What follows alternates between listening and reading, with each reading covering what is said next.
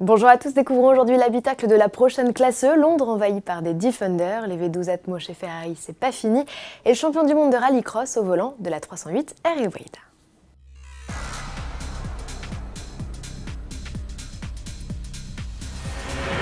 C'est au salon de Détroit en janvier prochain qu'elle fera sa première apparition, elle c'est la classe E. Mais Mercedes a choisi de ne pas attendre jusque-là pour faire les présentations.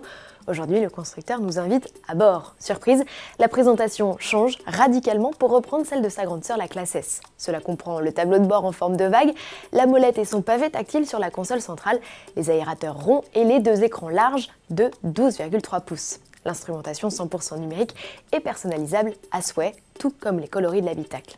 Les sièges, quant à eux, ont été redessinés et ont désormais la possibilité d'être maçons et ventilés. La fonction chauffante a pour sa part été étendue aux accoudoirs. Mercedes étoffe également son catalogue d'aide à la conduite avec un système de conduite autonome actif jusqu'à 200 km/h.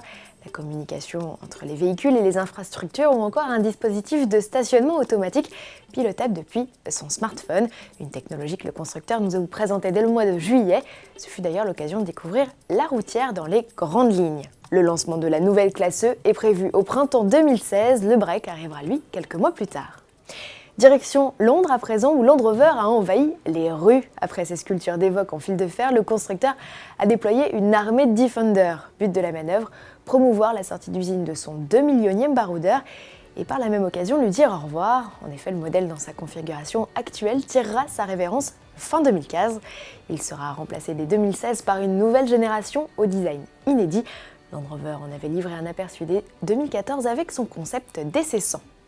En bref, cette indiscrétion glanée par nos confrères de Sport Auto lors de leur essai exclusif de la F12 TDF. L'un des ingénieurs a ainsi confié à nos amis journalistes que les moteurs atmosphériques avaient encore de beaux jours devant eux. Il n'est pas prévu de passer au turbo ou à un autre type de technologie pour l'instant, nous a-t-on expliqué. Le V12 Atmo de 780 chevaux de la F12 TDF ne sera donc pas le dernier d'une lignée. On se quitte avec la 308 R Hybrid sur le circuit de la Ferté-Gauchier en région parisienne.